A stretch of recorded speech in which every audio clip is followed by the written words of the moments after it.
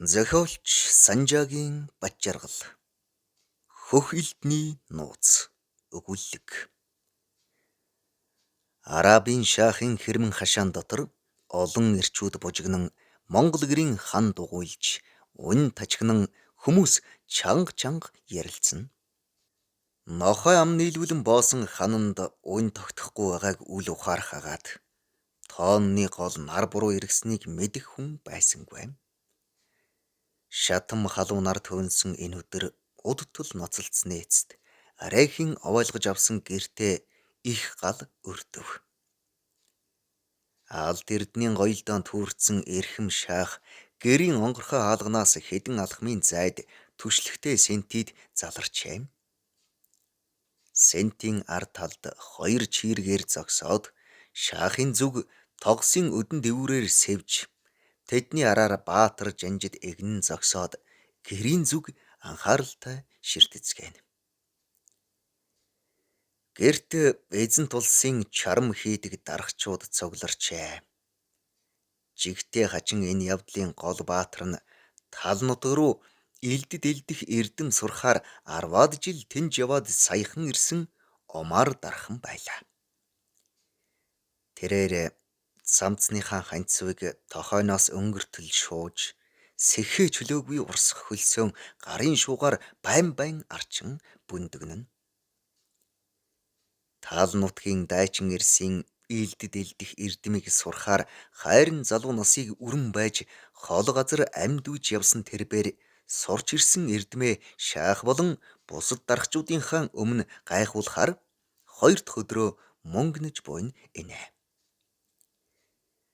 10-аад жилийн өмнө энэхүү шаах Таал нутгийн хөх элдний нууцыг тайлж ирсэн хүнд тулам алт өгөхөөр амласан нь залуу Оморын шунлын галыг өдөөж эзэн шаахтан тэр эрдмийг баттай сурч ирнэ хэмээн амлаад нэлээд алтан зоос өөртөлж зүүн зүгт яваад ирсэн нь энэ буй. Омар дархан илд хийх эрдэм сураад ирснээр барахгүй талын дайчдын гар эсгэм эртээ ган сэлэм нэгийг олж иржээ. Их зузаан биш ч нэлээд хүнд тэр илд эрхэм шаахын жанждын сэлмийг тас зохихыг харсан хэн бүхэн залуу дархныг биширсэн харцаар харж хэлсэн бүхнийг биелүүлж байлаа. Омар монгол хэлийг ус цас шиг сурч Таал нутгийн дархны итгэлийг олоод илд хийх эрдмийн төгс эзэмшснээр барахгүй. Нааш явхад өвгөн дархан ач хүүдээ хадгалсан илдээ бэлгэлсэн хэмээн сайрхжээ.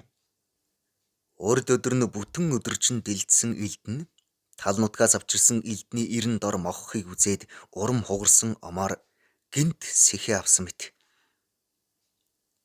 Ийм илдийг дэлдэхэд Монгол гэр хэрэгтэй гэж дууалджээ.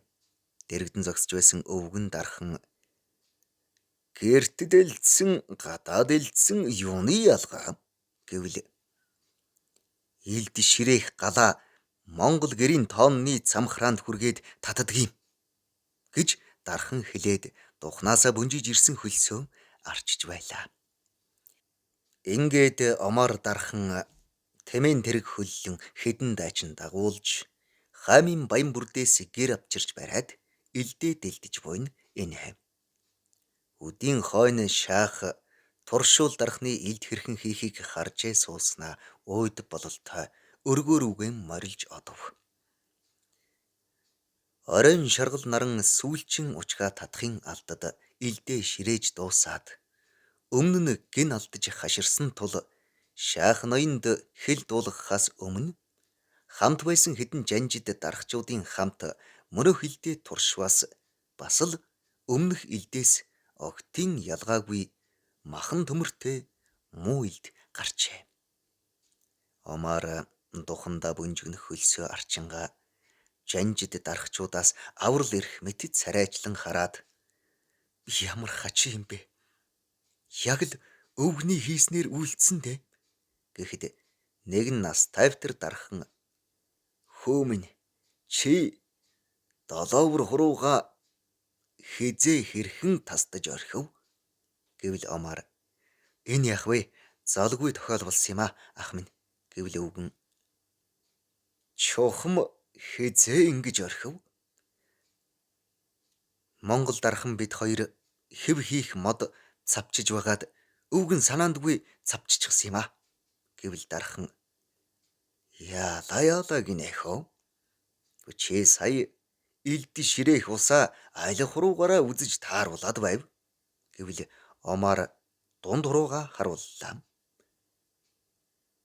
Тэр дархны илдээ ширээдэг усны халуун хүйтнийг дунд хуруугаараа үзв үү? Үгүй ээ. Өвгөн намайг илд ширээх гантай усанд ойртуулдгүй байсан болохоор би ганц л удаа долоовор хуруугаар усны халууныг үзсэн. Гэхдээ би усны хэр халуун байсныг тархи оюундаа сайтар тогтоож авав гэхэд өвгөн өвдөг дээрээ пад хийтэл алгадаад тэр шүү дээ. Гол нь чи тэр усны халуун хүйтнийг мэдээд ирэх байсан юм. Хүний 13 бүгд өөр мэдрэмжтэйг чи мэдхгүй гэж үү? Халаг хайрын хүү толгойноосоо салах боллоо. Долоовор хуруугаар мэдэрсэн юмыг дунд хуруу мэдж тааруулж чадахгүй. Тэр дархан чиний тэр үйлийг хараад долоовор хурууг чинь зоривд тасалсан байна. Өвгөн чамд анхнаасаа л итгээгүй юм байна. Өөр юу ажигласан бэ? Жижиг гэлтгүй ажигласан зүйлийн сан хүү минь. Шаах адилхан илд хийж чадахгүйг чинь мэдвэл чамайг одоохон шийтгэн гэж хэлэхдээ зэрэгцэн хоёр цэрэг орж ирээд Омарыг чирч одов. Омар гарахдаа өвгний тохоогоор хатгадаг байсан. Шанахтай гангаа хэвэн цутгахын өмнө тохоогоор хатглаа гэдэг байсан. Шанахтай гангаа сэгсэрч хийг нь гаргах хэрэгтэй юм байна гэж хашгирсаар чирэгдэн одов. Гэвч Омар сандарсандаа монголоор хашгирсан тул өвгөн дархан юу ч ойлголгүй хоцорчээ. Тал нутгийн дархны илд дэлдэх эрдмийг сурахаар баггүй хөрөнгө зарсан шаах хамаг уура өмнөө сөгдсөн Омарт гаргаж дахиад муу илд гарсан гэвүү? 10 хэдэн жил юугаа хийж явсан амьтан бай чи? Хэдэн алтан зоосоор минь жаргаж цэнгэж яваад ганц илд худалдаж яваад ирсэн босуу гэхэд хөөрхий Омар ятгад яах гэж тэр илдийг авчирваа? Зүгээр л сураад ирлээ гэхэд болох байлаа шүү дээ. Монгол дархан надад тэр илдийг зүгээр бэлгэлээгүй байх нэ. Намайг ийм илд хизээч хийж чадахгүй гэж мэдсэндээ илд дэлдэх нууцаа хадгалж чадсандаа бардаж тэр илдийг надад өгчээ. Олзонд дуртай олиггүй амтан би хар толгойноосоо хагцгана гэж бодоод цусгүй мэт сайсан царайгаа шазгануулан дуугарах гэвч дуугарсангүй. Энхүү тал нутгийн хөх тэнгэрээс буух аянгийн гялбаа шиг хөх туяа татсан илд өөрийн нууцаа хадгалан үлдэж хэнч үл тайлах тэрхүү нууцд нэвтрхийг санааргасан арабын цагаачин Омар дархны хүзүүн дээр хүч чадлаа гайхуулах мэт тасар татан бууж билээ.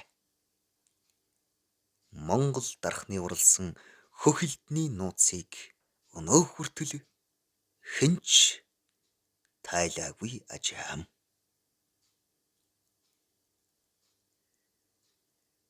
Зохиолгдсон Санжаагийн Бат жаргал.